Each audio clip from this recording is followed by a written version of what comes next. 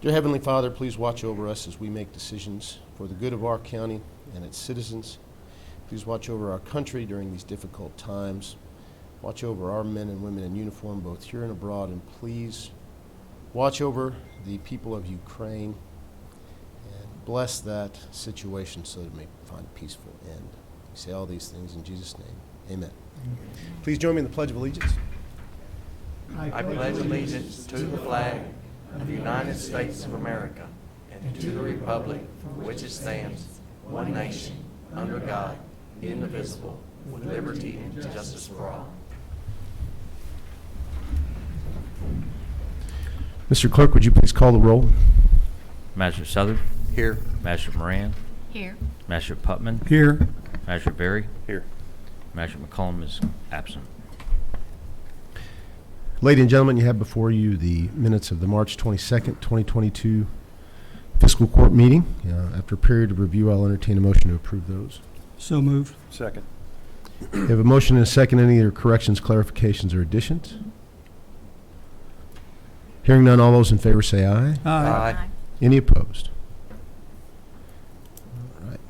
We've got a busy schedule, so hang with us today, but we're going to begin as we always do with one of our favorite features of our meetings, and that's the Judge's Scholar. And we have not only a terrific young lady from Henderson County High School, but also a part of our Henderson County government family, Miss Morgan Bassett, who I think you all know, probably know well. So, Morgan, welcome, and I'm going to meet you right up here in front of the podium.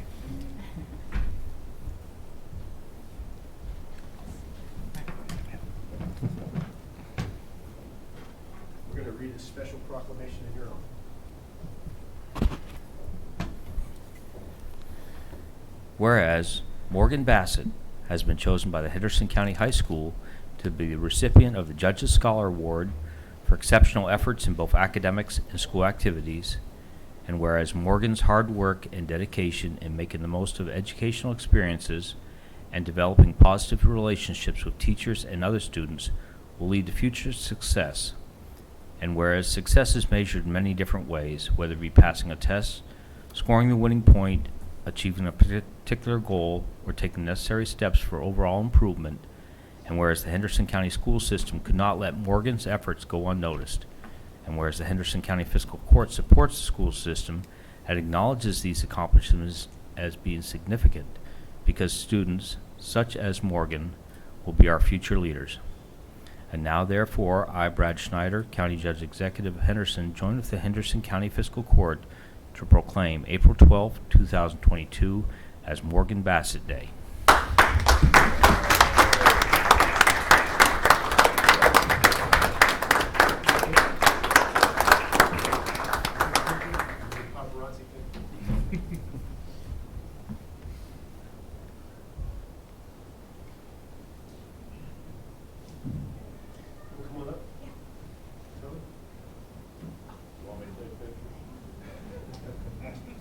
They got the pro with them this time, though. I don't know about that.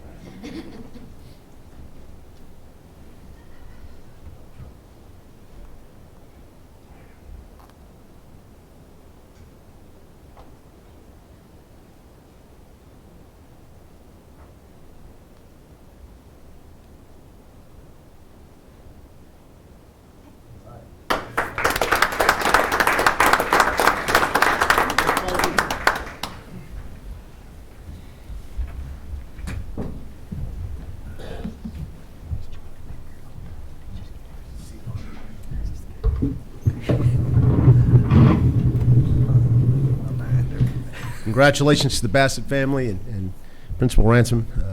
I know you're proud and we're glad you're with us today. Hang out as long as you want as we slog through this agenda, but congratulations again. And now you get a front row seat, literally. So. Don't be too excited. Okay, here we go. We're going to start with some hopefully perfunctory items. The first is one of several Conservation District recertifications we've done over the course of the last 6 months. This is another one. It's in your packet. We just need to acknowledge this process as fiscal court. So you can review that a little bit, but I'll entertain a motion to acknowledge receipt of this recertification. So move. Second. We have a motion and a second. Any other discussion? All those in favor say aye. Aye. Any opposed? Right, and I'm going to call Bill Hubiak up to the mic. He wants to give us an idea on something that might help our airport and help him as well. So, Bill.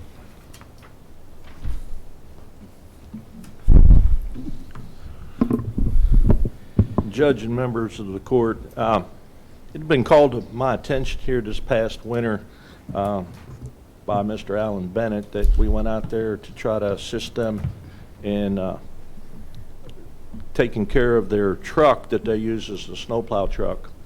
This was a truck that was given to the Henderson City County Airport by the road department years ago.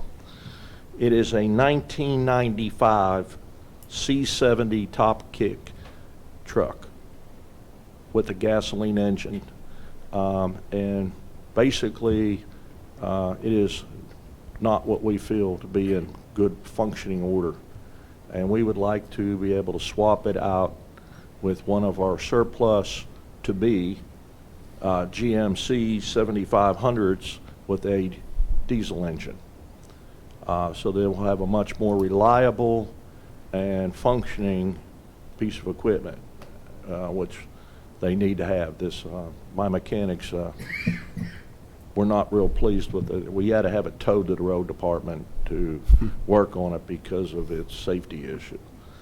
And since we are going to be getting a new dump truck, I think it would be in the county's best interest to do the swap. We will surplus out the 95 and sell it, and that proceeds will go to the general fund.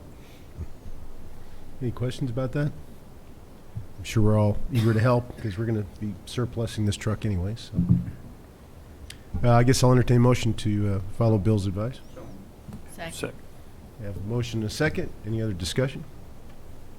All those in favor say aye. Aye. Any opposed? Good job. Thank you. And, Thank you, Alan. Appreciate it. And Bill, you're going to tell us about going for a couple modified asphalt grants. As you know, last year we were successful in getting a modified asphalt grant from the state of Kentucky. Some of the constraints on the application are the width of the road and traffic count.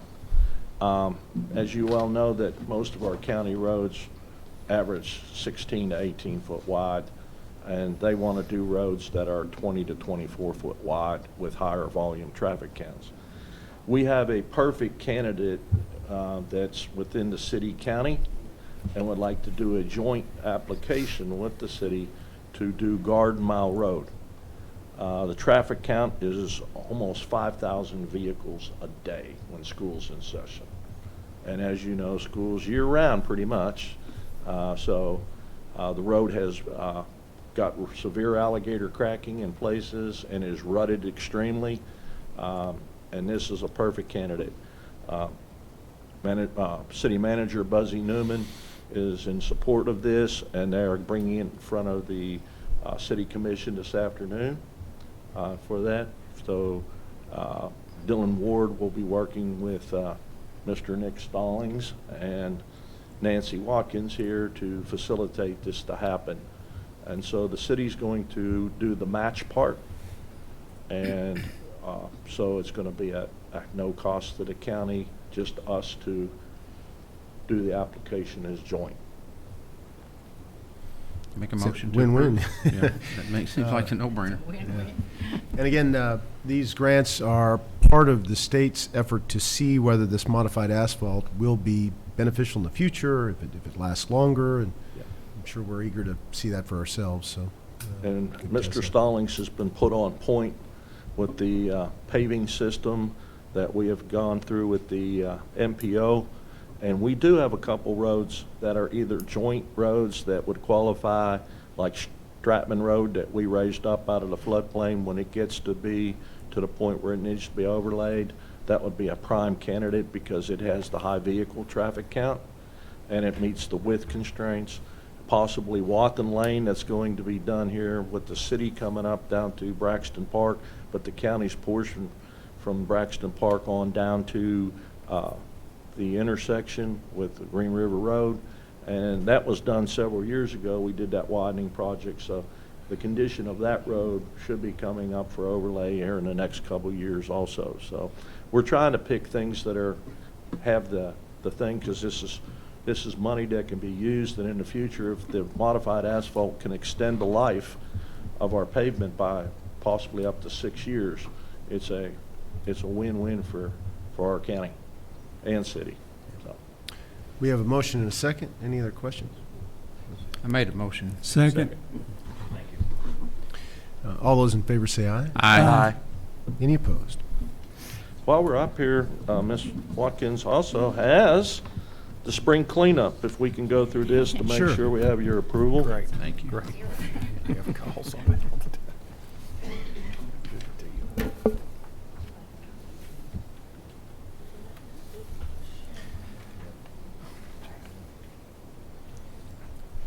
Our road supervisor and Nancy put this together. Our road supervisor is at training today, so he's not here.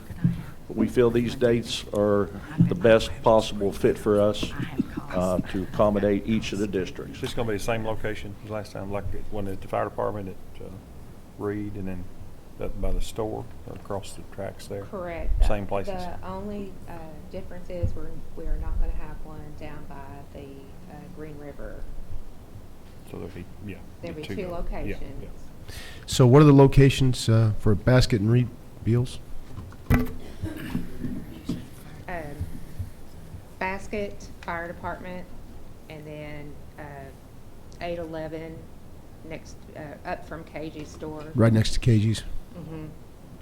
Up from KG's, yeah. KG's over there, Mr. Cheney's property. Dave He lets Cheney. us, Dave Yeah, Cheney puts us yeah. right there because it's got a little loop drive-through, Yeah. so. So, And then, I'm sorry, the rest are at VFDs? Zion and Niagara, Cord and Smith Mills, those are all volunteer fire department locations. Zion is usually at Zion Baptist Church. We use their gravel parking area, their overflow parking. And so, tell me the bills again. It's on this side of the store, across the tracks, right? Where Yeah. it was. Before the Oh, tracks. Yeah, right. Yeah. On the left-hand side. Yeah. Cord and Smith Mills are at the VFDs, at the fire departments. Yes. and how are we making sure people don't dump things they're not supposed to after hours? There will be, We're going to be, They'll oh, be They'll be pulled manned. at the end of the day, Friday. Okay. been manned during the times they're there. Okay. We had a night So are- Man, Yeah. are these Friday, Saturdays, or Thursday, Fridays? Friday, Saturday. Fridays. on the bone. 8 to 3. Are you going to advertise that, I guess? Yes. We'll post this on the county's Facebook page too, and feel free to share it around and tell everybody you know. Yeah, Friday, Saturday. Good, I'm glad to get that underway. Do we need to vote on that? I don't think so. Okay, Butch, yours is in July. Yours is in July. Yeah. Well, and yours is In June? August or June? June. Well, thank you. I'm looking forward to getting that done. And you mentioned Nick a moment ago. Nick, if you wouldn't mind coming to the podium, we haven't had a chance to formally welcome you to the county team, but I'm sure everybody knows Nick, remembers Nick visiting us many times in his role with Kentucky Transportation Cabinet, and we are really excited to have you taking over for Bill and formally in July. But while you're shadowing him, I would suggest that you pick and choose the mentorship keys you get from Bill. Leave some on the shelf. Take others with you. You know what I'm talking about. But I know Bill's a huge fan, and welcome. We're glad you're here. Oh, absolutely. Yeah, I'm gonna enjoy it. So, Just don't- Introduced them to Steve. Just don't sit too close to him. We don't want it to rub up. Just don't sit too close. That's all. Yeah. right. You're welcome. We're glad you're here, and look forward to visiting us often. Absolutely. Thank you all. See you. Thanks, Nick. Thank you. Next in your packet are two contracts for personal services for grad to handle for the CDBG grants that the Warm Center gets. They have to designate an entity that will help service the contract. And because we are technically the applying agency for the CDBG grants, we have to approve this. So you had a chance to look at those. And GRAD does a good job for them. I think they've done this for a couple, 3-4 years anyway. Any questions about those? I wonder if we can get a motion to approve both at once. I move we approve both. Second. We have a motion and a second. Any other questions? All those in favor say aye. Aye. Any opposed? That passes. Go ahead. I'd like to, with court permission, read just one of the resolutions. The only thing that changed between the two of them is the project numbers. One is for a project from was COVID funds, which is 20C009. The other is for last year's funds, which is 21-029.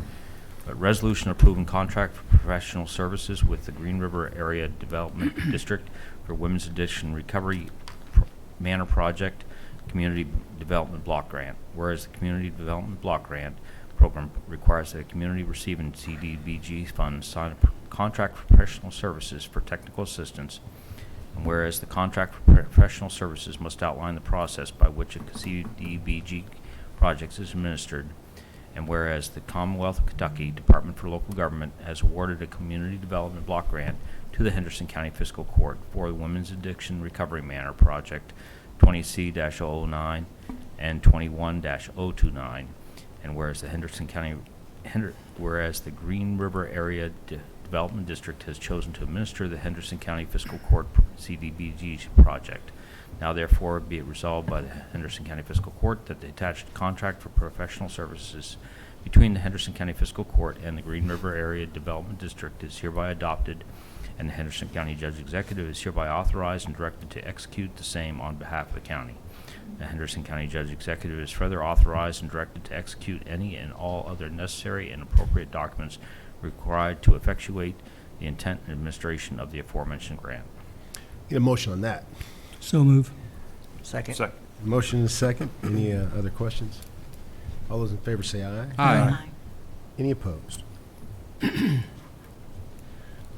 Next in your packet is a chance for us to use some of our quote-unquote TVA money to help nail down a loose end with the Pratt Industries project, and this is covering the cost of the company assuring them that they have mineral rights on the property, and we have gotten confirmation from Department of Local Government that we can use our TVA monies to do this.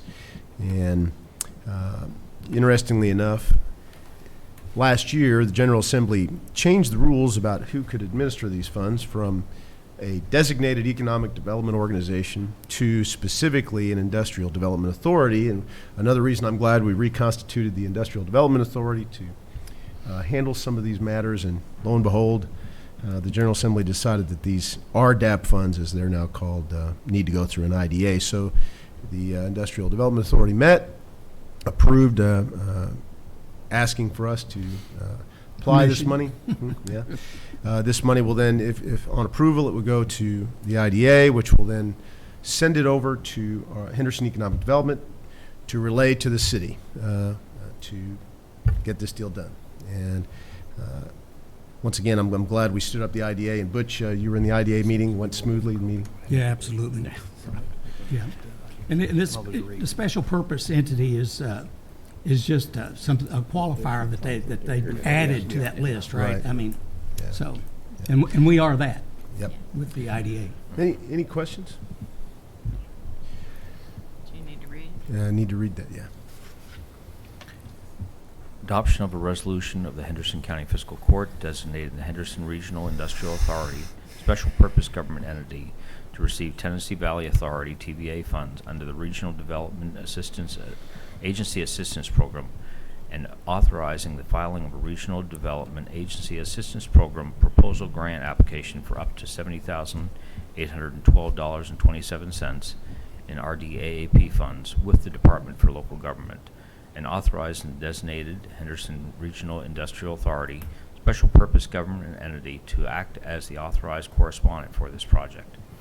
Whereas Henderson County desires to promote and carry out economic development efforts and create and job creation activities on behalf of the residents of Henderson County by supporting the 425 bypass land acquisition, and whereas it is recognized that the RDAAP funds available to the county pursuant to KRS Chapter 96 impose certain obligations and responsibilities upon the county and will require: 1, approval of satisfactory application to be transmitted to DLG for approval; 2, the designation of a special purpose government entity established under KRS 154.50-301 to KRS 154.50-346; and 3, concurrence from the respective state representatives and state senator. Now therefore be it resolved this 12th day of April 2022 by the Henderson County Fiscal Court that the following special purpose government entity is designated to receive Regional Development Agency Assistance Program funds. The name of the SPGE is the Henderson Regional Industrial Authority. Contact person will be Whitney Risley. Address 20 North Main Street, Henderson, Kentucky, 270-854-9455. That a RDAAP project proposal application on behalf of the county for RDAAP monies up to $70,812.27 for 425 bypass land acquisition projects shall be submitted to DLG. The county shall provide such additional information and furnish such documentation as may be required, and the designated SPGE shall act as the authorized correspondent for this project. And we did get the required correspondence letters from our state representative, state senator. Make a motion to approve. Second. We have a motion and a second. Any other discussion? All those in favor say aye. Aye. Any opposed?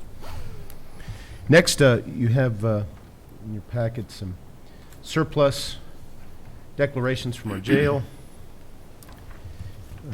a commercial dryer, and a 2014 Dodge Caravan, almost 180,000 miles on it. Jailer Brady, anything you want to add to that? Van does not run. Any questions? Was the dryer in the fire? And it does not run. Actually, that one still does run. That's right. It's a little charred. These are both going to go on the state auction website. And if anybody has any questions, I would also maybe ask that we just read the summary for these two items and be done with that. So without any objection, Mr. Clerk. A resolution declaring certain county property to be surplus and providing for the disposition thereof. Can I get a motion to approve? So moved. We have motion and a second on declaring surplus the dryer and the caravan from the jail. All those in favor say aye. Aye. Any opposed? And while you're there, you want to deliver your quarterly report? Anything you want to add to your quarterly? Wait. Oh, hang on a Good morning. second. Well, if you're standing there, go ahead and give the quarterly report, and then we'll get to our, bring Tim Skinner up for our bid Okay. The recommendation. quarterly report, you should all have a copy of. There are a couple of HVAC units that we do need to go ahead and replace. When we had our winter maintenance, there's a unit that is an original unit to the building, and it needs to be replaced, and it's in the main jail. You can do that without our approval. It's been ordered. Yeah. And it was actually a good price, but the turnaround time is Yeah. unknown. Yeah. Any other news on the recruiting front? They're working on it. We're getting quite a few applicants, but there's quite a few that don't have their GED or a high school diploma. I did notice that there are a couple of jails. Campbell County is one, and he's an attorney and president of our Jailers Association. He's implemented a hiring program for deputies, and they're not sworn in as a deputy until they complete their GED, and they can do it while they're on duty through the jail's GED program. If that's something that That sounds we wonderful. could look at, I'm not sure the liability, Steve, as far as them not being a deputy. There's only certain areas they could work. Right, you would just have to, make sure that they're in those positions, the non-sworn deputy positions, until such time as they do that. But I'm sure there are things around there that need to be done. Yeah, and there's a time limit on the amount of time that they have to complete their GED. Sounds like a good idea. That's, Any other questions about the quarterly report? A motion to accept it? So moved. Second. Motion and a second. Any other questions? All those in favor say aye. Aye. Any opposed? And now we'll bring up Mr. Skinner for a recommendation on the conversion of the old CDC building into a new Real ID branch. And regional driver's testing. Good deal. Okay, well, on Thursday, March 31st, we took bids for the renovation of the formerly CSC building. We received one bid from ARC Construction in the amount of $195,600. They are a longtime contractor, and I think they've probably done work with the county before. All of their documents and submittal documents were in order, and there was several documents they had to submit at the time of the bid, and we would recommend awarding of the bid to ARC Construction for that amount. Any questions? How soon will they start on that? I'm sorry? When will they start? Do you have any idea? They're supposed to begin within 7 days, starting the process. So we'll go ahead and put the contract together. They'll be getting their bonds together and all that stuff. So we'll set up a pre-construction meeting probably next week and just start getting things going. As y'all know, just getting materials in and doing that kind of stuff is an issue, but we'll work with them on that. Did you get that issue about where the wall was going to be worked out with the state? The one that cut out. The cutout, we bid it with the wall still cut out like that, but I'm sure they may be receptive to dealing with that. They obviously just marked out the square footage that they wanted to rent, and so that's from what it was. Frankfurt. I'm here to help It you, actually you know. probably would be more economical in the long run just to run it across there. He said that was fine. Okay. They were trying to avoid the control tower area. Yeah. which- And but they still got into it anyway, so. Is there a target completion date on They have 90 days, I think, to complete the project. But I'm sure they understand it's always to their advantage to get it done as quickly as possible anyway, but they have 90 days within the it? contract. They're a reputable outfit. They so- are. Yeah, they're very good. Very good. They actually built the main jail. Yep. Make a motion to approve. Second. We have a motion and a second to accept that bid. Any other questions? All those in favor say aye. aye. Any opposed? Motion passes. I'm excited about this. It's going to help our community. Thank you.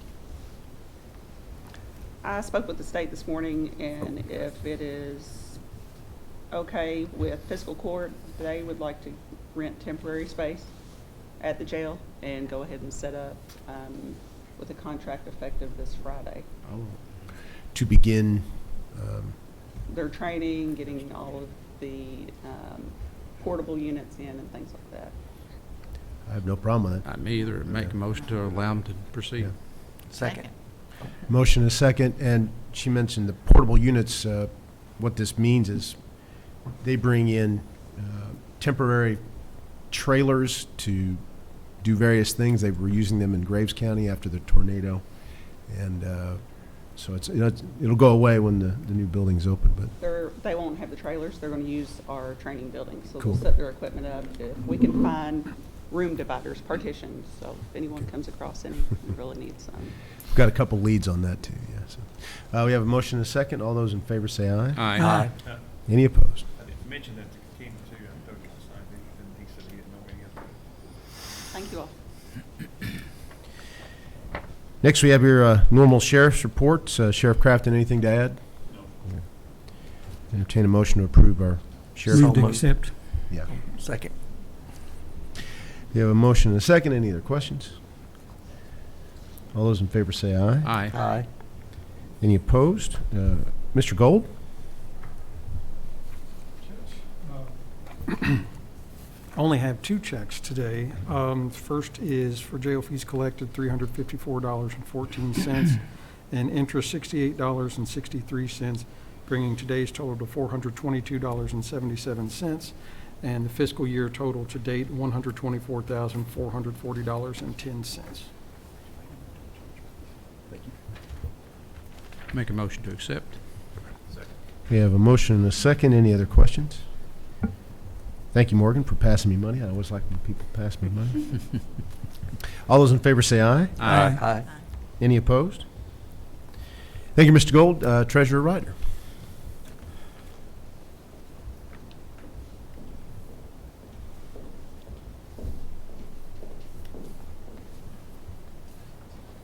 I have some claims today from the general fund to Kenny Garrett in the amount of $868.05.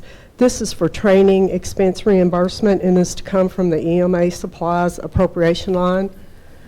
To Pinnacle Computer Services in the amount of $9,580. This is for annual renewals for IT maintenance and is to come from the IT services appropriation line. From the jail fund to Advanced Document Solutions, $1,414.30. This is for copier lease and is to come from the data processing equipment appropriation line. Republic Services in the amount of $636.54. This is for monthly service and is to come from the contracted services appropriation line.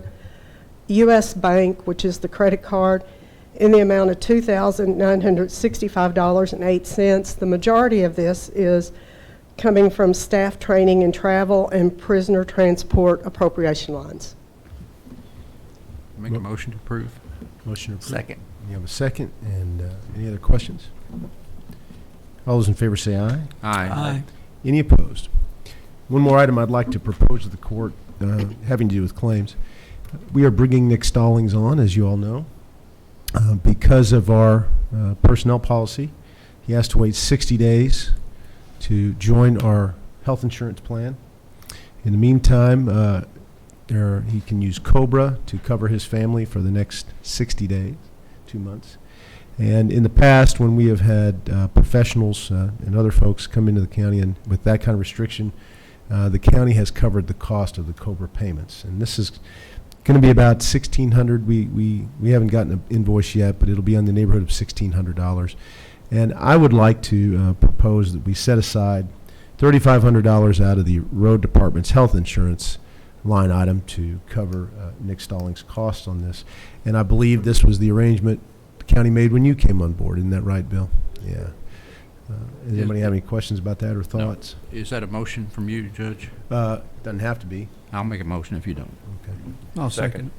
A motion and a second, and there's plenty of money in the budget to cover this, and we want to help Nick's family as much as we can in a little transition period. So, all those in favor say aye. Aye. Any opposed? Thank you. Okay, under old business, I do appreciate all the work we did on the admin code and personnel policy. We have, thanks to Eagle Eye Tim Southard over there and also Charles McCullum, he and I, both Charles and Tim, discussed a couple more tweaks. And I know that Mr. Gold has expressed to me a couple things he'd like to do, maybe dive into further. But having talked it over with a couple of you this morning, what I'd like to do is go ahead and pass what we've worked on so far, including the elimination of the word supplant in the second paragraph there under the introduction employee relationship, that last sentence, and also eliminate entirely the confidentiality provision and add those to the changes we made. Go ahead and pass those if it pleases the court, and then ask Mr. Gold if he wants to continue with his staff to look at anything he thinks needs to be upgraded or updated. He can bring that back to court and we can consider it at that time. And I think the admin code and the personnel policy are easy to change. It only takes one vote. We can always review these. So how does everybody feel about that? Yeah, I'm good with the judge. Yes. Pleases the rest of the court. Okay. So I guess in the form of a motion, what I'd like is something that one of you would be so kind as to say we accept the changes that were presented. In addition, additional changes being the elimination of the confidentiality provision, as well as the elimination of the word supplant in the last sentence of the page that begins the introduction of employee relationship. So moved. All All the, yes. Just to make that clean, elimination Judge, of- how about next court meeting, once there's a final version that has all the changes that need to be made, we'll do up a resolution that adopts that in full as that, but That's fine. I think a voice vote today adopting it and then one by resolution making it, official may make sense. Okay, so we have a motion to that effect, a voice vote, and then we'll. A second. We have a motion, and a second, and we'll clean that up, the resolution next time around. Ms. Comer, our HR director, any comments, additions? I don't have any. If you guys don't have any questions. That Thanks was for pretty helping us. easy. All right, thanks. And we have a motion and a second. All those in favor say aye. Aye. Any opposed? Nay. I'd like to explain my vote.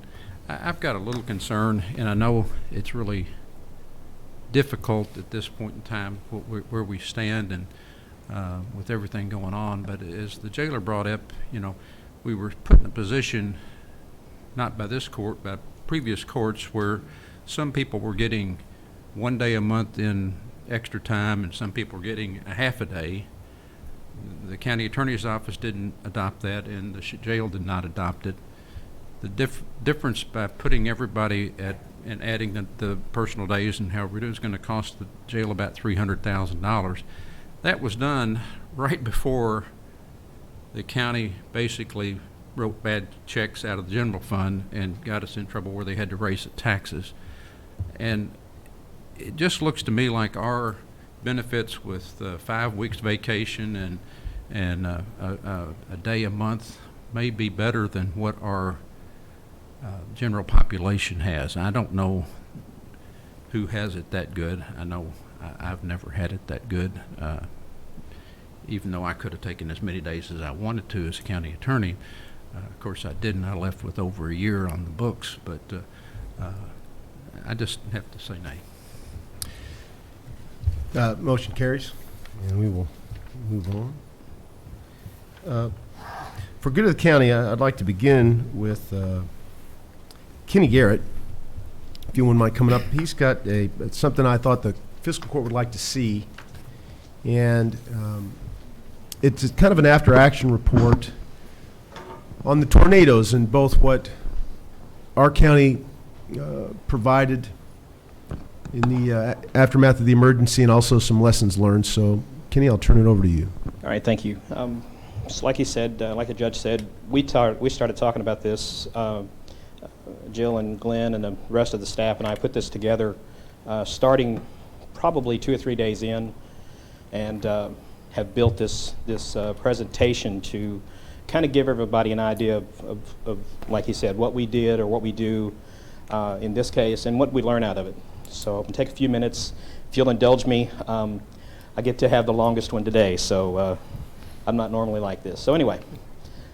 So this thing started out for us that Friday night with a simple text message that came out of Mayfield. It basically said, this is not a drill. They've been hit hard. They've lost a whole lot of infrastructure in Mayfield, and we knew it was coming our way.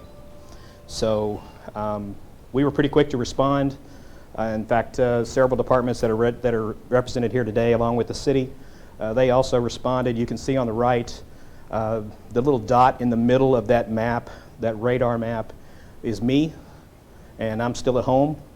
And we were letting that first line go through before we headed down south, and there was still a second line that was building that I had Deputy Director Benke hang back and wait for that line to either increase, decrease, dissipate, whatever, before I brought him down with me. He eventually did come down because that second line, thankfully, did not turn into something that would have eventually hit us. So here's some of the things that happened by the various departments that were involved. Rescue squad, they had SAR teams. Fire department, Zion Volunteer, and the city fire department were heavily involved. A SAR team is? A search and rescue team, my apologies. So the Henderson City County Rescue Squad, they are the affiliated search and rescue team for Henderson. And they were called down as well as us. And then these other departments that you see here, I see Bill's already gone, but I was going to have Bill talk about debris removal down in Bremen. But his department spent days doing debris removal towards the end of this thing after things were over with. Of course, the sheriff's office, I understand they provided security patrols. Sheriff, do you have anything else you want to add on that? Okay, so then of course the police department, they did their donation center at the Armory, made 22 trips from what I understand, all kinds of PPE and water and just all kinds of stuff they took to the affected areas. This is the original, the actual track of the tornado. You can see 8 counties that were involved. EMA and all of us, we worked in probably 3 or 4 of those counties. While you were gone, Bill, I talked about how your department was involved in debris removal in Bremen. If you want to, here. We mobilized our road department, basically both of our great alls and all of our truck fleet, and we also utilized several of our parks people to go down to Bremen to facilitate the cleanup and debris along several of their main arteries. One was a state road, and the other one was a county road that was inundated with vegetative and structural debris. It was a pretty nasty event down there. The devastation was more than I've ever seen, as widespread as it was.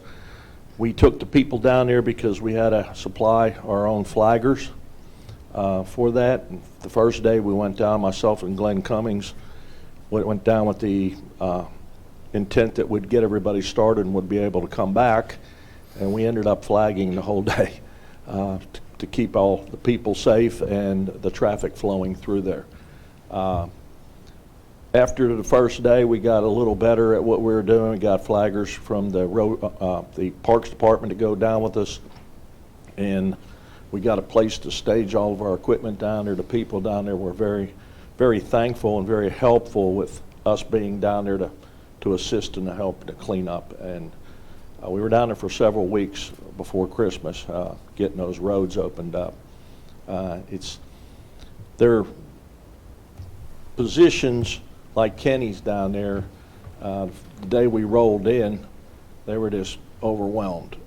It's very intimidating when they have something like that and have never been introduced to any kind of a disaster like that. So we were patient enough, and we said, look, we'll go wherever you want us to go and get whatever we can get done. While we were out there, they kept sending more people out to us to help the cleanup. I mean, they would send people from the private sector, which could encroach on the private property where we're not allowed to.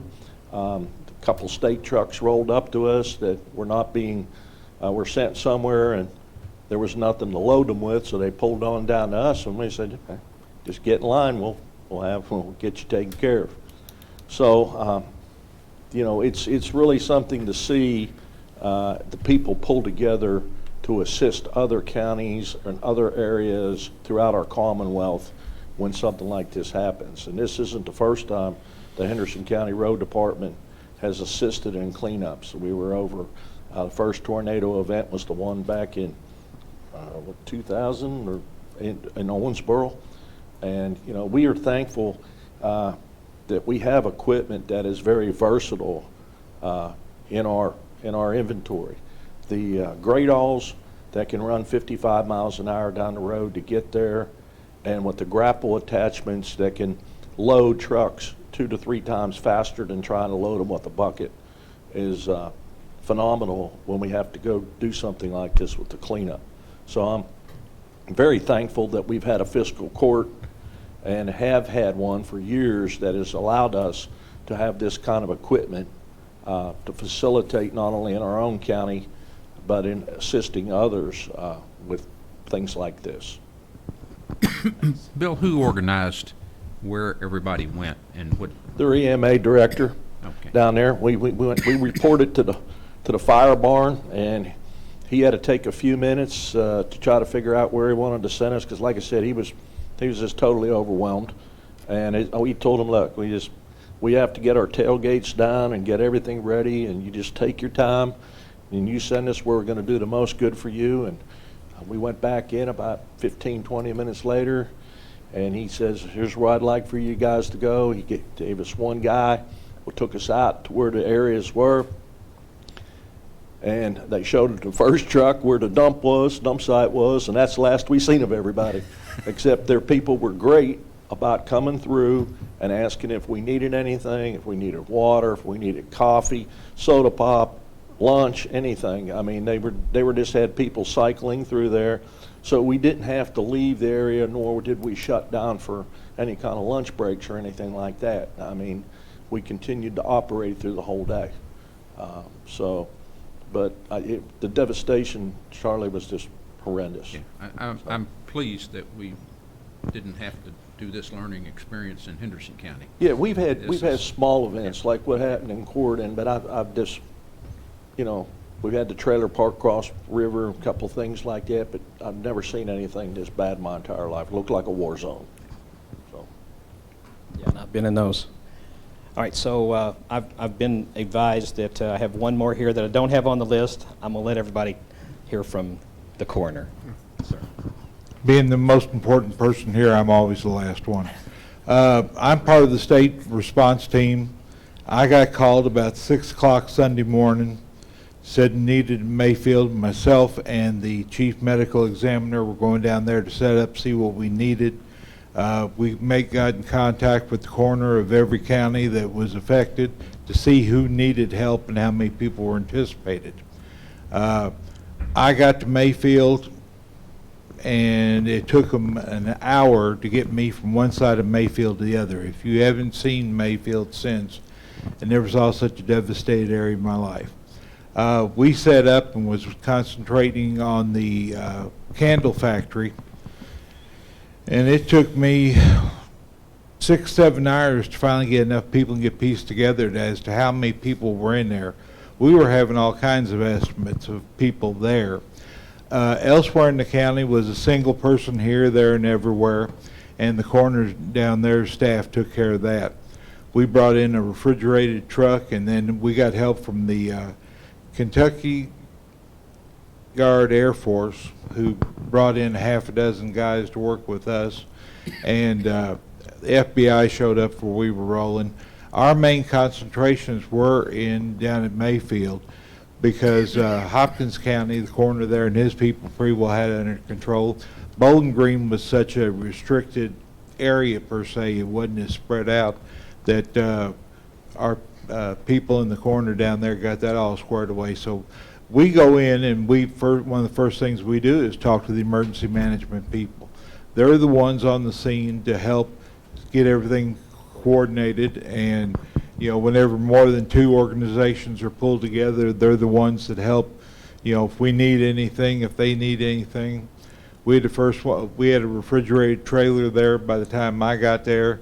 The coroner from Davis County brought in his trailer, got in there on Saturday afternoon, and then the coroner from Lexington has hid us in there because he checked with each of the coroners coming down to see what we needed set up. So we had about 10 of our people scattered out in all the counties and working, and we had most of the recoveries all done within 24 hours, 36, except in Bowling Green there was 1 or 2 that took till Tuesday to find.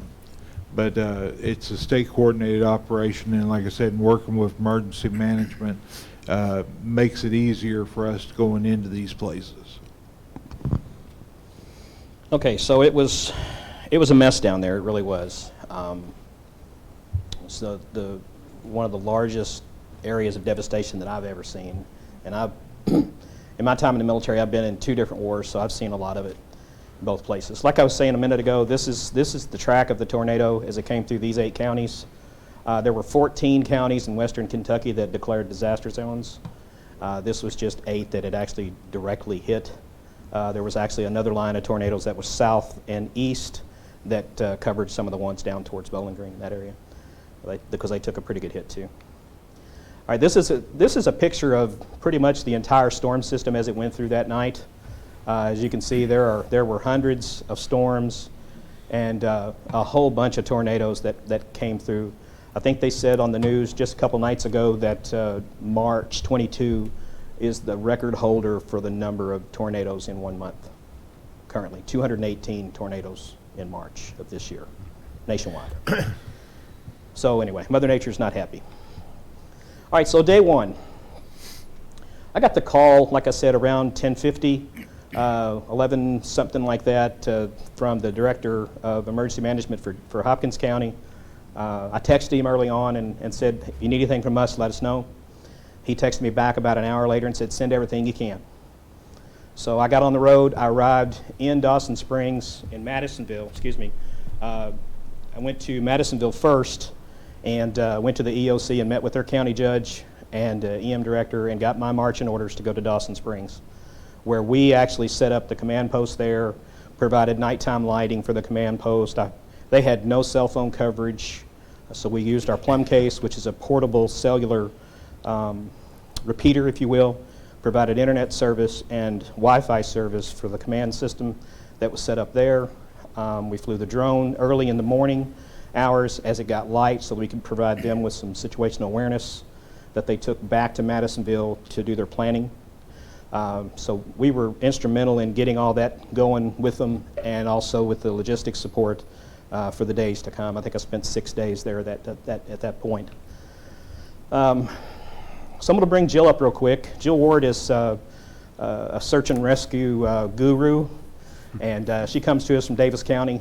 She's now on the staff as a volunteer. She's been around for quite a while since all this is going on. I'm going to let her talk to you a little bit about search and rescue. This is Jill Ward. Hi there. Yeah, when we arrived at this location, all we had as far as search and rescue were our flashlights to be able to see all the debris and try to find people amongst all the rubble. And we had no porch lights, street lights. We couldn't get our vehicles down any of the roads to be able to see with lights, headlights and such. But this was all that we could see. We were hollering out for people if they could hear our voice to respond. We went through just a little bit of the rubble, but we were in touch with people of the fire department because we're not allowed to go in any of the houses, any of the structures. So we were in good communication with them, and the devastation here, as you can see, is just obviously beyond what we anticipated when getting there. The next, let's see. Yes, this is when daylight finally started to break, and we started to get a real reality check of how much more we had ahead of us. As we're walking along, we were giving locations, but there was no street signs. There were no addresses amongst these houses and businesses and everything, all the devastation. So we also didn't have maps, and that was another challenge. So we were told to follow some of the first responders, like the fire engines. They told us, follow us, but with all the traffic and the chaos and things that were roads that we couldn't get through, some they could.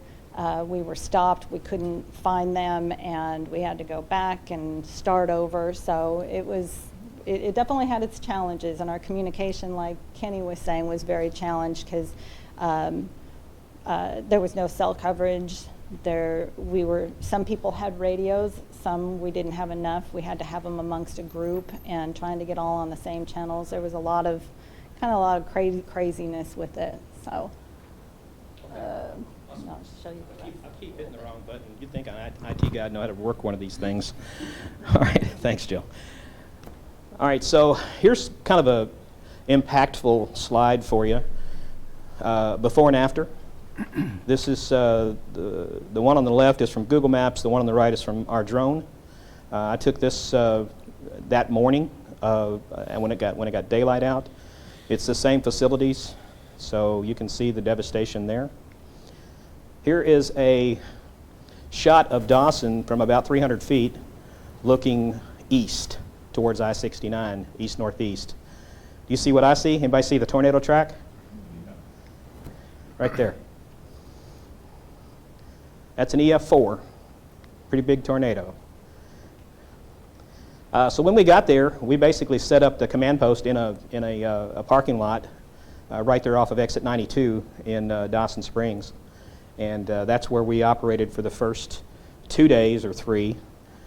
We had all kinds of supplies coming in there, and command was mixed in there. We were doing all the logistics control and everything in one spot. That became cumbersome. So that's one of the lessons learned that we'll talk about in a few minutes, is separating command and logistics and staging and all that, and keep those things separated so that everybody can work and do and not be tripping over each other. Makes for a whole lot better process for us when we move forward, when we have hopefully nothing ever happen here, but when it does, we're better prepared because we got to learn from them. Okay, day 2. Back to Dowson, went down and moved that command post like I was saying, and we continued our work that we had been doing. We started thinking about damage assessment, what that was going to look like, because one of the very first things in any disaster is you got to be thinking about recovery day 1. So how do you get out of this thing? So that we were thinking about doing damage assessments. FEMA wants to know those numbers within 24 hours. We have a product called Crisis Track, which I'm going to talk about in a little bit, that helped us get that done for them. Design Fire Department, the rescue squad, different ones came down. We used the Kubota to do help with those search and rescue tasks. I keep hitting that wrong button. There's the Kubota. That came from the ambulance service.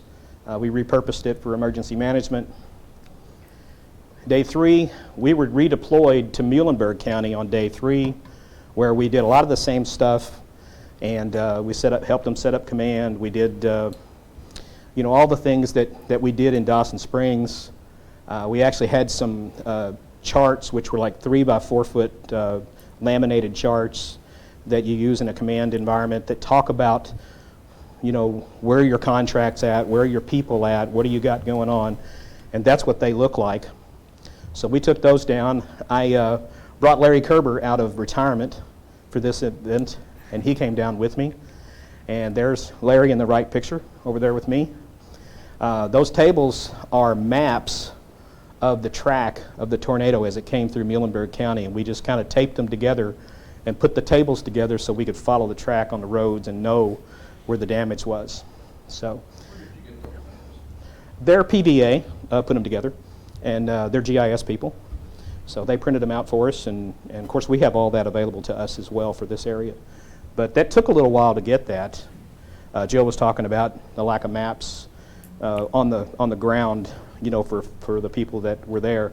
Crisis Track helps with that as well, because we'll have that right on an app, and you can download all that ahead of time. That way you don't have to worry about having cell coverage to work with that. But that's where you can actually see on the right side the scribblings on the maps where we were actually marking as we would go through and do an assessment on a home or a business.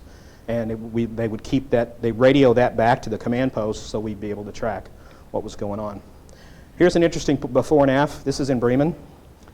Before and after, rather. So it kind of gives you an idea of the devastation at that one particular address.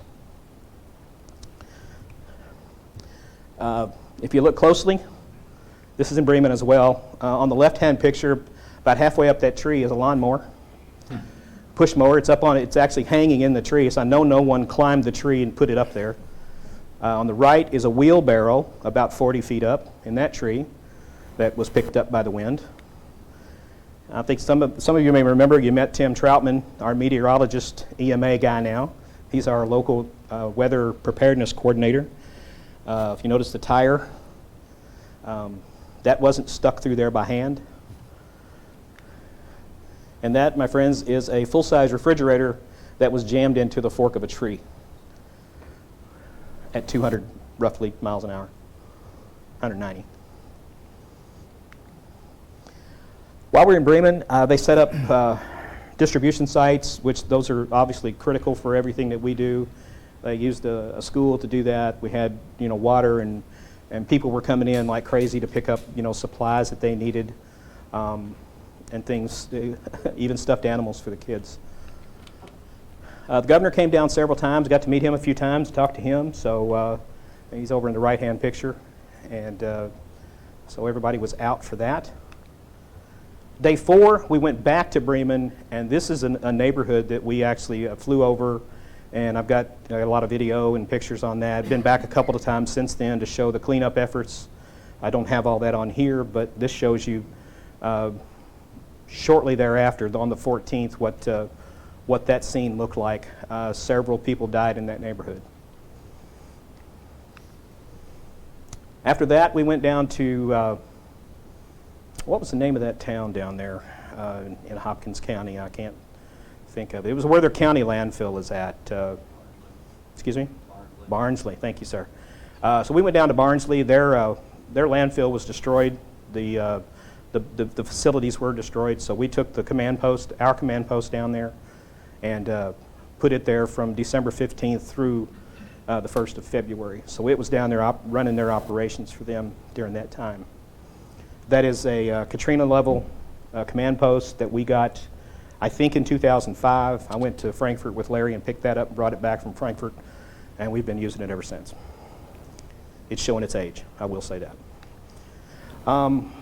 City Fire or City Police Department, they coordinated this donation site for all kinds of supplies. And as I said up front, they did about 20 plus loads in school buses and all kinds of vehicles and took that stuff, Mayfield, all over the place down there, that people from Henderson and Evansville and different places brought all this into the armory for distribution. It was a great effort. Someone brought cupcakes that night, and you see everybody's holding the cupcake. Got a picture.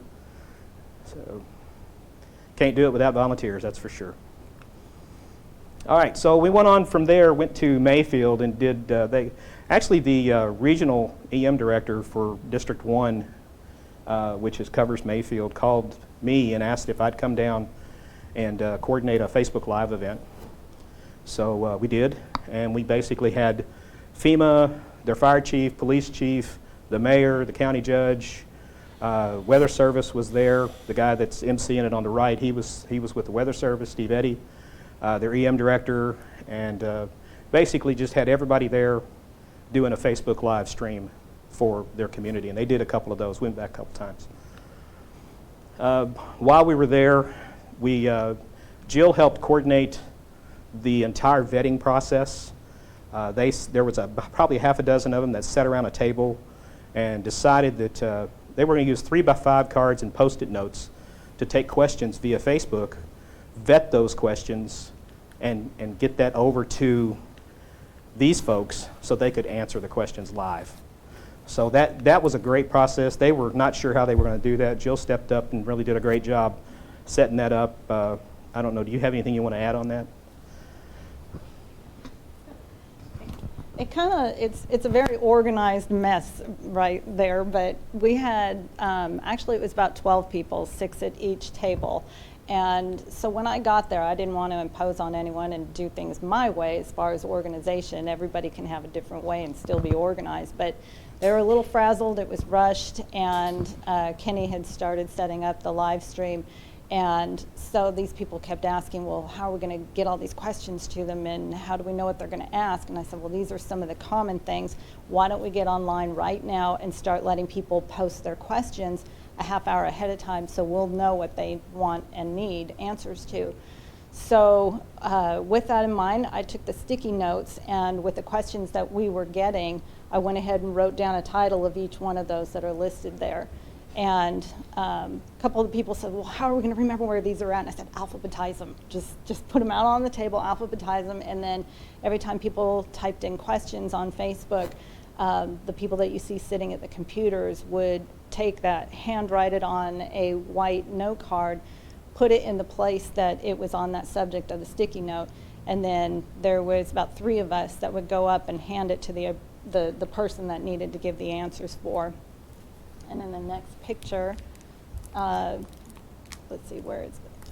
Well, that's another picture showing that the other table, a bunch of people that were helping with it.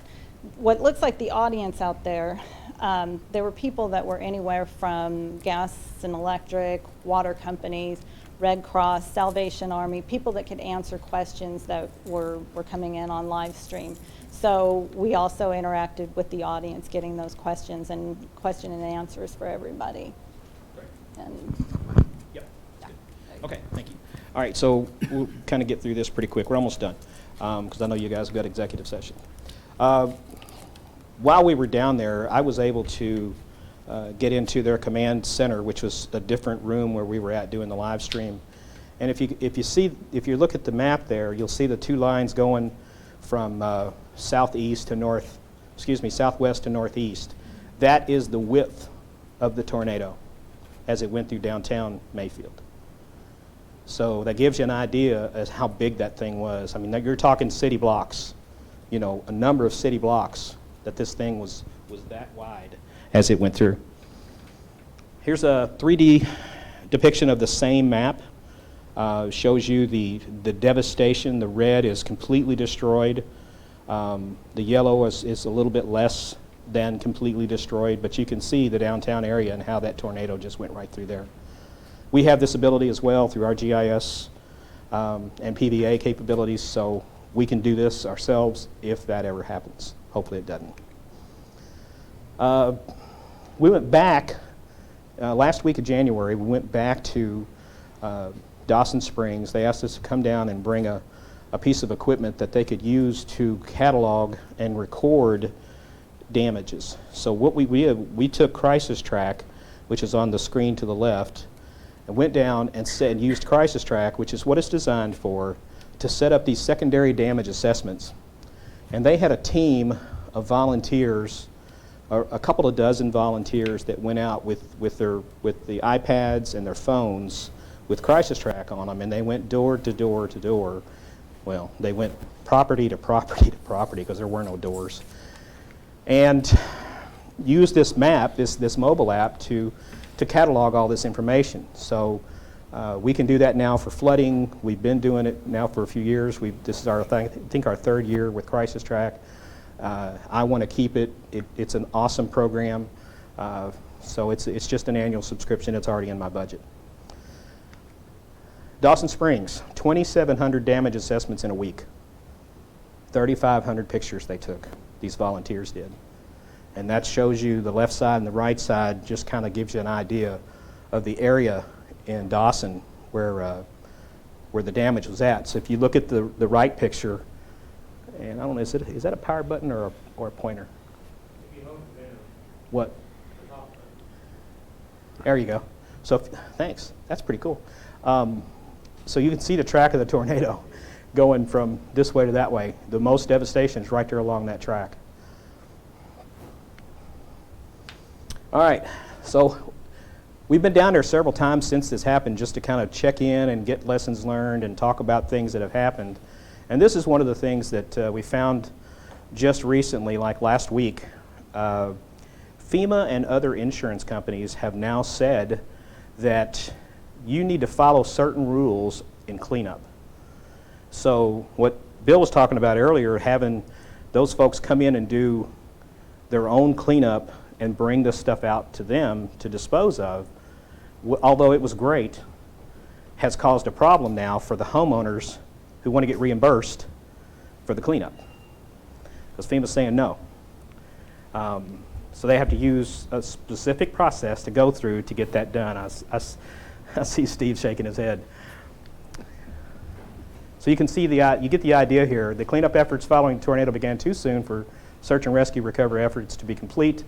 You had, I realized that in a search and rescue environment, 9/11, all the different big collapses that we've seen over the years, I realized that you got to start on this body recovery and get that going, and get that going soon. So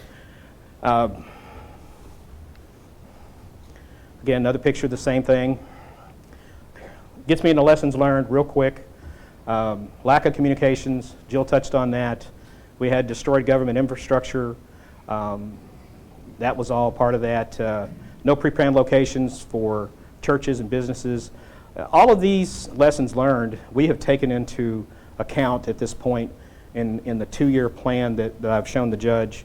And we've already started implementing some changes and getting some more programs set up. So this was the stats of the tornado, and you can see it covered all those different cities down there.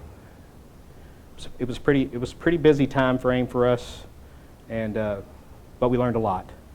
Anybody got any questions? No? Yes, sir. Have you got a printer that they've not done a screen print or something for those post-it notes? You had a Wi-Fi printer? We had all that equipment down there to do that, but I think that was just the quickest, most primitive way to get it done effectively. But yes, we had that down there. Well, and I'm thinking you could have printed out maps of the county or the area where Right. and if people are coming from out of county that don't know their way around. Right. What she was talking about was probably month 2. What we're talking about is day 1, day 2. And yes, we did that. We got their PVA involved. They eventually did print maps and get those out for the search teams. That's all I got. Anybody?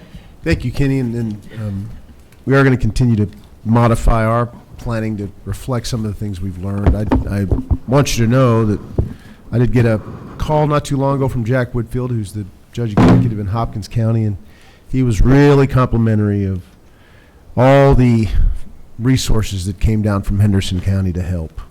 He said it was very much noticed, all the vehicles and things that happened to mention Henderson County on their side. And, our presence there was much appreciated.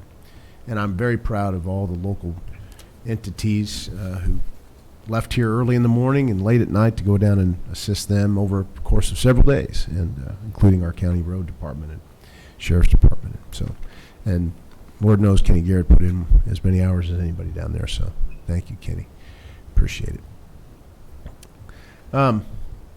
Next, I'd like Kenny and Glenn Powell to come back up. Glenn is head of the County Chiefs Association, Fire Chiefs Association, also the chief at Niagara, and he has a special request of us. I'll turn it over to you, Chief. Thank you, Judge Snyder, members of the court, and also Morgan for your being here with us today. I will try not to be as long as Kenny, but we'll move on from there. I represent all 10 volunteer fire departments and also the Henderson City County Rescue Squad here in Henderson, and also I like to say that I'm part of the Henderson City Fire Department because we interact so well together. About 4 weeks ago... And he's also number 3 at EMA. Yeah. About 4 weeks ago, as Rescue Squad was filling our SCBA tanks, their cascade system that they use to come out to us to, when we have a fire, to fill our bottles, their compressor threw a rod in it. And that unit is no longer usable at all.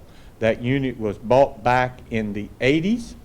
About 10 years ago, that unit was upgraded from what we call 4,500 pounds to fill bottles to what we use today, which is 6,000 pounds. We had to have that increased to be able to fill the bottles that we carry as firefighters.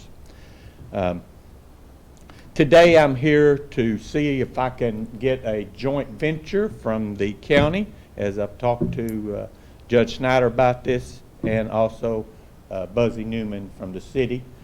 We would like to see if they will joint fund this piece of equipment, which is $42,500. Buzzy put me on the stand one day and said, "What do you actually want from us?" I said, "How about 25% and the county taking care of 75% of the $42,500?" He did not respond, but he did not reject also. And the reason I'm asking for the city also is at this time, we are, the rescue squad, the backup system should something happen to the city fire's air system, which it has in the past. They used our system to fill their bottles, and right now they are gracious enough to let us fill our bottles at Station 1 until we get our system back up and running. The reason that we want to replace it, because like I said, it's an 80 model. It's way beyond its time. It does not meet NFPA. It does not meet OSHA requirements at all. And we'd like to see if we can get funding for this. This is a one-time funding that Rescue Squad and firefighters of Henderson County are asking for. to help us move on with this project. This is kind of an emergency situation because if the city has a run and we have a run and we both got to come back and get our bottles filled, they only have one filling station right now. So. I have double checked, and we can use our ARPA funds to That was fund my this. question. Yeah. It won't come out of our normal general fund Yeah. budgeted items, so we do have the option of using our ARPA funds, and obviously we can cover that pretty easily. Gene, so we're asking for 32,000? That's And it- $32,875 for the county, $10,625 for the city. And I am going to present this to Buzzy. If I have to go to his meeting this afternoon, we'll be there. But he didn't seem it was a problem either. He classified it as an emergency situation, like Judge Snyder has, and thought we could move on with it. Well, personally, I think I'm for it. Let me just say that. You know, the volunteer fire department provide a tremendous service for this community. You know, and part of our job is to make sure our community stays safe.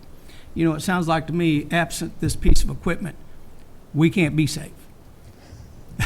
So We're those on air crush. packs, I'm thinking this is air pack. You fill up the bottles with air packs, right? Yes, that's correct. That's correct. If we don't get those bottles filled, if they run out of air or something, or we can't get rescue to fill those bottles, we fight fire from outside, and sometimes we need to go in and get somebody out of that place also. Understand. I agree with Butch. I think it's something we have to have. It's like a car with no gasoline.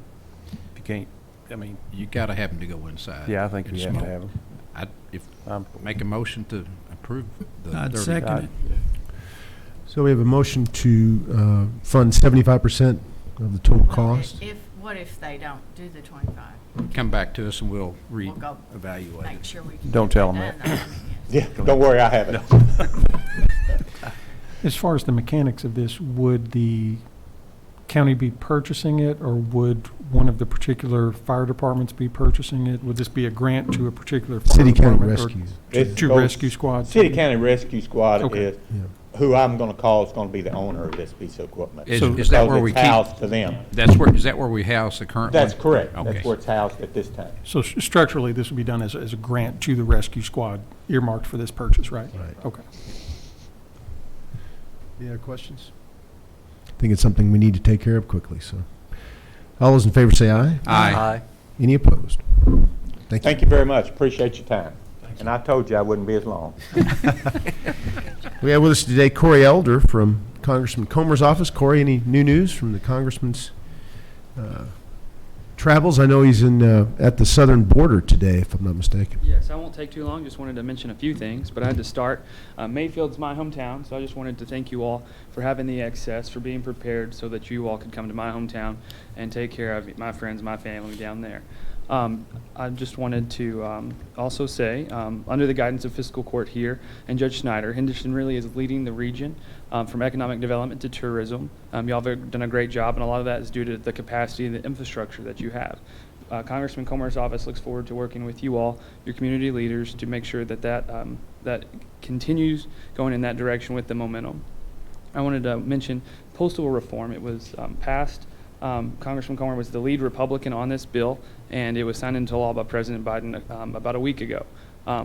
What this means is that there were some common sense approaches to stabilize the Postal Service, and he is the rural congressperson that went to negotiate on that bill. So whenever generations to come, as the Postal Service remains fiscally stable, it's going to have our rural thoughts in that framework of that new legislation. And that's just the one thing that I wanted to update you on. Thank you, Judge. Thank you, Corey. Any questions of Corey? I appreciate you Thank you. visiting. Thank you. Anybody else from our audience for good of the county? With that, we'll go around the room. Master at Southern. Just want to congratulate you again. It's a big deal. Henderson County High School is a big place, a lot of people, and they picked you. That says a lot. Know your family, so. And be patient with our roads right now. We've got a lot of rain, and our gravel roads are muddy, and they're going to be that way until we can get this weather to dry up, and then we'll get to work. I seen a grader down the other day, but between rain showers. So, other than that, all's good in District 3, and thank you. Thank you, Tim. Master Moran? I would also like to congratulate Morgan. I taught at that school, and I know how big it is and how many units and all the different things. So, I mean, I am so impressed with you, because it's so easy for students to get lost there in that building. So keep up the good work, and congratulations. Again, thank Kenny and Bill and all those that helped with the relief in Mayfield and across our state. That was truly devastating, and we appreciate all of you that helped. And I think all is well in District 2. Thank you. Master Putman? Thank you, Judge. Morgan, we spoke earlier in congratulations, and as the rest of the magistrates already said, that's a pretty big deal. That's a big school. But I think this is a first for the court, though, Judge. I think she's the actual first county or high school student that's received this, which you're number one. And everything else, Judge. Oh, and thank you, Bill, for taking care of my Rocks Road. As always, you're punctual and precise, and thank you very much. And again, to the Kenny and all your staff and everything for a great job that you've done, as Magistrate Moran has said. And all is good in the fourth, Judge. Thank you. Master McCullough? Morgan, congratulations. I had the pleasure of working with your mom for a number of years at the courthouse, and we're very proud of you, and I know you'll do well. All is good in the fifth. All my roads are still good, and the ditches are all clean, and everything's just going good. Master Berry? It's harder to go last, Judge, you know that. So I get to say the same thing, Morgan. I worked with your mother at the sheriff's office for a long time, and I know stories, but I can't tell them. So, yeah, but congratulations. It's your day. You're going to eat with the judge? Just come to the Lions Club with me. I'll go through the line twice. Eat all you can, just to have anything you want. Yeah. Thank Glenn and Kenny and everybody. Thank Corey from Congressman Comer's office. Glad you're here. And Glenn letting us know about the equipment, very important. The sheriff, Bill, everybody that's had anything to do with today, we appreciate you being here. Other than that, I think everything's good in the first. Thank you, Judge.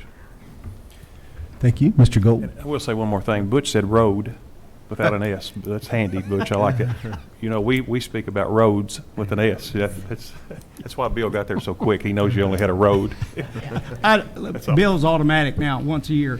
Mr. Carrier would always get in touch with me, years ago. And so I think Bill just puts it on a schedule now to go down there and take care of it. So, but I do appreciate it. Oh, you're good. Congratulations, Morgan. I've seen you go through high school and seen all the things that you've done, from student ambassadors and all the other things that you're doing. Very, very, very well deserved. Very happy for you and all the great things that are in store for you in your future. I know there's a great big future for you, and I know your family is really proud of everything that you're doing and going to do. Want to thank Jailer Brady for all the work that she's done, along with Tim Skinner, to make sure that this transportation cabinet site is going to be up and running here in Henderson. That's a really big deal for our community, where people getting these new IDs aren't going to have to go out of town to get it done. So I know she's put in lots of hours, and her whole staff has, but she's personally done a whole lot there, and I think that is something definitely to be recognized and appreciated. So want to thank her for that, and of course Kenny and everybody involved in everything that happened with the tornadoes. It's such a huge effort that went on there. And you talked about some of the plans to deal with things that might happen here, and I've spoken with their county attorney down there a lot. He's a guy that's been there for a long time, a friend to both Magistrate McCollum and myself, I still call him Judge sometimes, but Magistrate McCollum and myself, John Cunningham, he lost his house, his in-laws' house, and his office all in the same day. And talking to him about how they've had issues getting their government back up and running, their county government to be able to serve people, was really enlightening and makes you think a whole lot about what would happen if that happened here. How are we going to get our clerk's office back up and running? How are we going to get those essential functions of government going? And we're very lucky to have professionals like you all out there looking into this and planning for those things and learning from things like this that happen in other places to make sure that we're ready. So thank you all so much for everything that you do. Other than that, things are good, Judge. Thank you, Steve. Morgan, congratulations. I look forward to having you join me at Lions Club for lunch. We're going to have a good time, and I told her that while she has been to several Rotary meetings, that the Lions are much more fun, and it will be even more enjoyable. We love our Rotary brethren, but we are more fun, so we look forward to that. We are getting into budget season, and I'd like everybody to mark their calendar. We're going to schedule a budget workshop for the 27th of April. It'll be 3 o'clock right in this room. And we have a rain date in case that is a terrible date for too many people of the very next day, the 28th. But I'm hoping the afternoon of the 27th we can begin the process. And I know the elected officials and department heads are beginning to dive into their budgets and see how that's going to look, and then bring it to us to begin to work on it. So 3 p.m. on the 27th, does that seem to work? Is that what they call that now, choir practice? I anticipate we'll have more than one workshop, so we can cut this one off whenever we need to. Yeah. And so, be looking forward to that, and for the elected officials out there, that's target April 27th to be ready to talk about your budgets and what you project.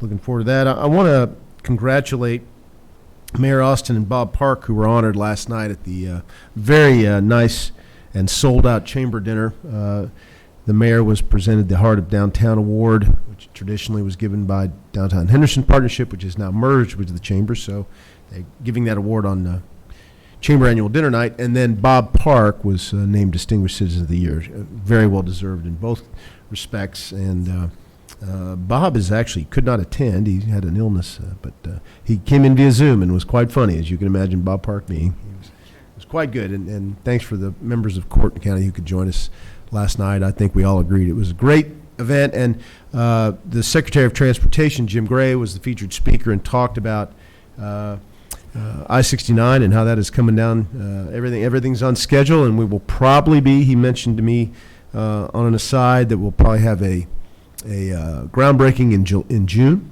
official groundbreaking, but they're already working on it now. You probably see the trucks out at the 425 bypass. So that is beginning, and he made the point to tell everybody that governments don't build half of a $1 billion project and then abandon it. Once they start, I think we can all be assured that it will be built, the bridge will be built. They're doing everything they can to accelerate it. The other thing that struck me was it was a evening-wide celebration of all the good things going on in our community. It was speaker after speaker talked about that, as people from outside of our community who had come to the dinner were talking about everything that Henderson has going on that's very positive, and the momentum's growing, and that was just a general theme. And I think coming out of COVID, I think everybody was really kind of excited to be back in such a large crowd and celebrating great things. So it was a great evening all around, and I appreciated it. Thank you again to all of our county folks who helped tornado. It still is amazing to see the pictures of what happened. And I know the recovery is going to take a long time, and I assume we continue to help them however that we're asked. But thanks again. So we need to go into executive session. We don't anticipate a vote being taken as a result of this executive session, but I make a motion that we go into executive session per KRS 61.81 1G, discussions between a public agency and representative business entity, and discussions concerning a specific proposal as it relates to economic development. So, Second. we have a motion and a second. Again, we won't be taking a vote as we come out of session, so you don't have to stick around, but we have not officially adjourned yet. But all those in favor of going into executive session, say aye. Aye. Aye. Any opposed?